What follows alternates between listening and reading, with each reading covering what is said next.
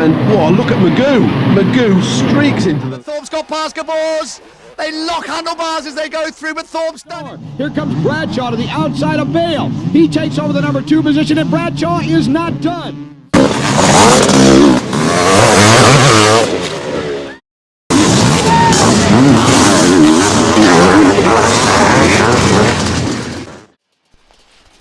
Welcome Motocross History fans. Today we're with the final chapter of how 500 world title eluded Kurt Nicoll. We picked up in 1990, and 1990 was a pretty uneventful year for Kurt Nicoll. He ended up finishing second place again, but it was a very distant second place to Eric Gabors, I think. When it was all said and done, there was over 100 points between Eric Gabors and Kurt Nicoll. So Kurt Nicoll decided to use the rest of the 1990 season to prepare for 1991. And so what I'm going to do now is, while you're watching footage of the 1990 season, I think this is Luxembourg, I'm going to play a clip of an interview with Kurt Nicoll about riding that KTM 500 and riding works bikes in general. So you raced 500s at the highest level. Did you prefer the 500s because the massive amounts of power it had? Because I mean, you made your mark in the 500 class and then did some 250 stuff later, right? Yeah, no, to be honest, no. I don't think I ever preferred them. I mean, they're brutal. Mm-hmm. But at that time, during the 80s, the 500 class in World Championship was the class to be in. So I didn't even, when I was 18 years old, I went straight from doing 125 racing straight to 500 because at that time, you know, that was the place to be, and that's what I wanted to do. And you know, I don't know if it was much fun to ride a 500 two-stroke. It was just, you know, I mean, the power of those things and the power delivery, it's no comparison to a 450. I mean, unless you're going to get in a dead straight line on a flat piece of ground, then they can hold their own, but that's about it.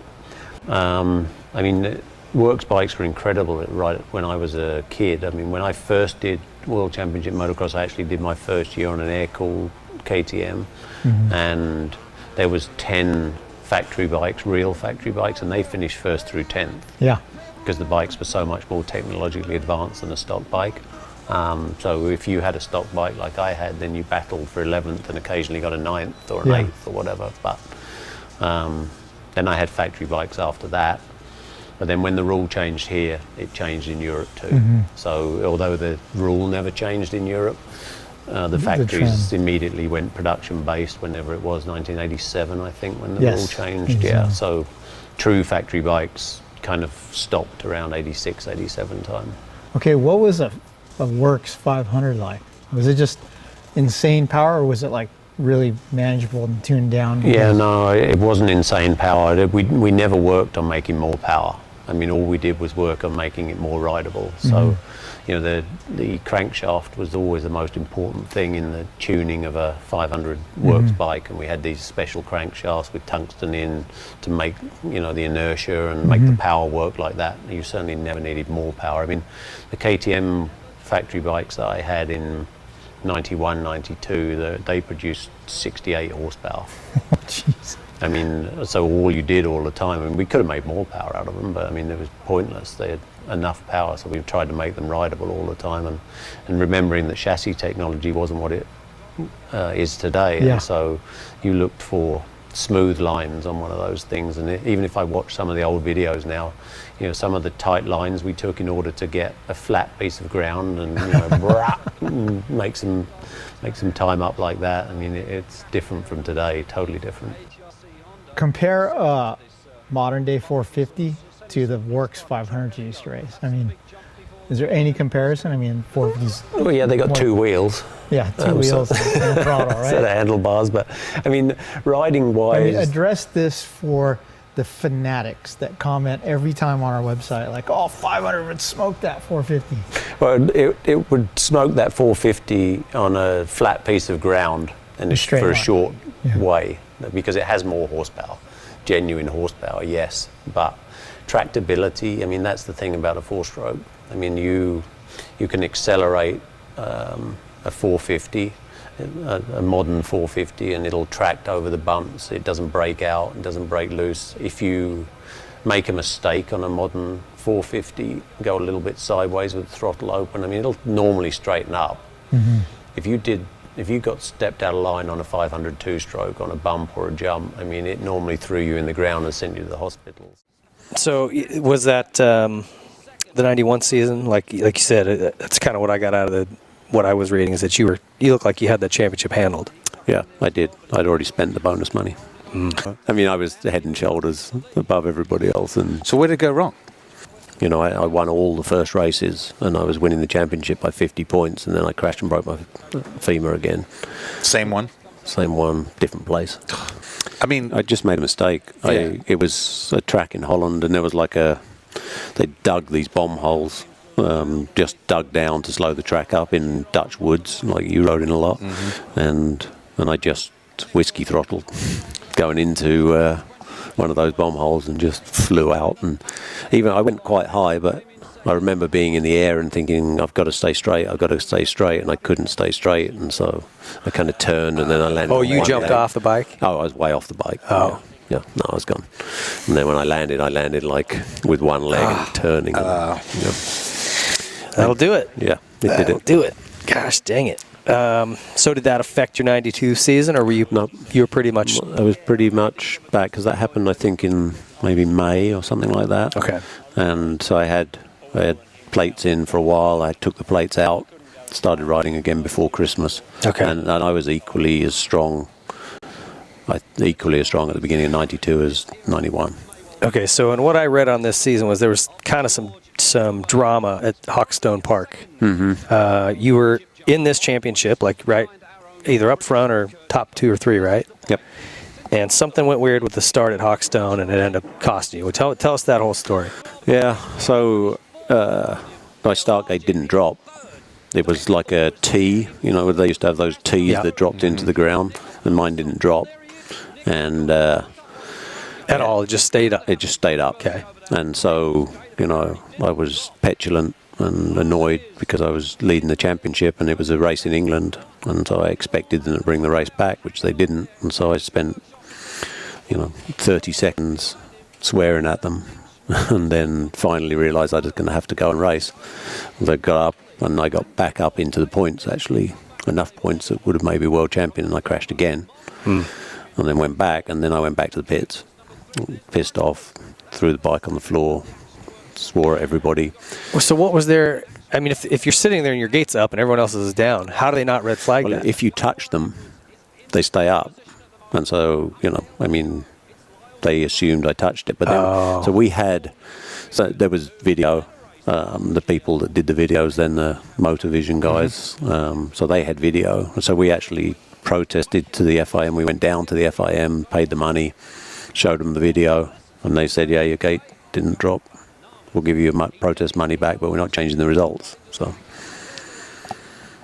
it was a fair bit of drama. But I mean, there is a regret there for sure, because when I crashed out of 12th and went back to 16th or 17th, could I have come back up to 12th again and won the championship? Yeah, or if you'd have just gone, you know what I mean? Go around your gate and go and say, I'll deal with this after the race. But I didn't. Yeah, easy to say after the fact, right? God, that's frustrating. So was it the final round of the championship? No. It was mid-championship, and it led to, because I was leading the championship then, that happened, and then I went behind Joe Bay. I rode like crap that week. I rode badly the week after because I was still pissed off, and then the crankshaft broke on the bike, and all of a sudden I was 30 points behind going into the last 3 races, and then I won. It was when there was 3 motos. Oh yeah. And so there was 9 motos left, and I won all 9 and lost the championship by a point. 1? I knew there was one that was really close. I didn't know it was 1. Yeah, that's tough. And wait, is this now the 4th time you've been runner-up?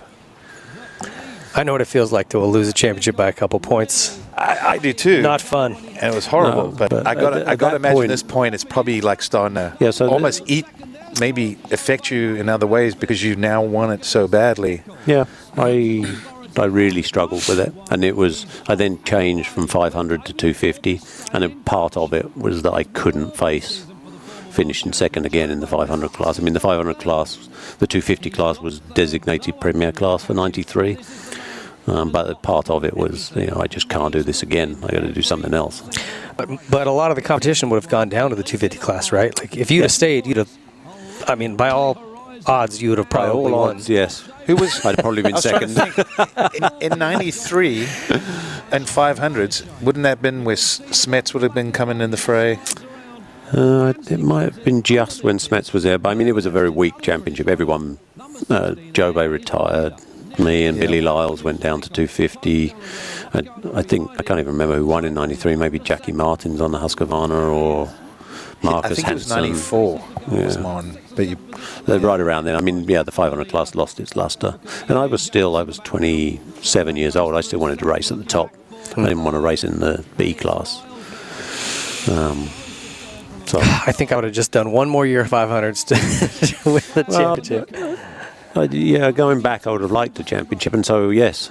But do you regret that decision? Do you think I don't know, because somehow I'd have finished second again. I'd have manufactured a second. I'd have found a way. Yeah. As you mentioned, 93, the 250 class became the Premier Series. So that move to the 250 class, was that just also because you wanted to race in the Premier Division?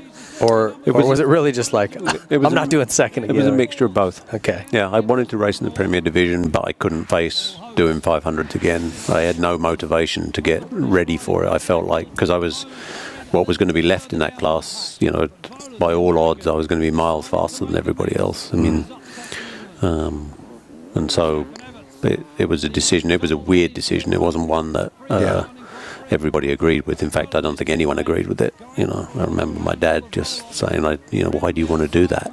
Like, you're not going to be able to ride a 250. You've never ridden one in your whole life.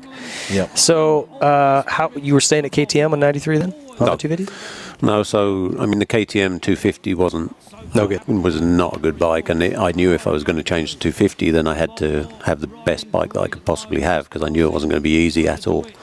And so I went to Honda. Okay. Yep. And I raced for Castrol Honda. Okay. And they had great bikes. Who was your teammates there? Rob Herring. Okay. So how did that season go in the 250 class? Great. Yeah, it went really great. I won the last round, I think. You had a few good races. Yeah, but I ended up fourth in the championship, I think. Yeah, that's fourth. when Albie won. Oh, yeah. That was Albie, Everts. Yeah. It was the strongest champion. That 93 and 94 were the strongest championships I ever raced in, even stronger than the 80s, because there was Schmidt, Donny Schmidt, Albertine, Pouzar, Berverts, Pouzar, DeWitt. Yeah, I mean, there was Bob Moore. Hansen.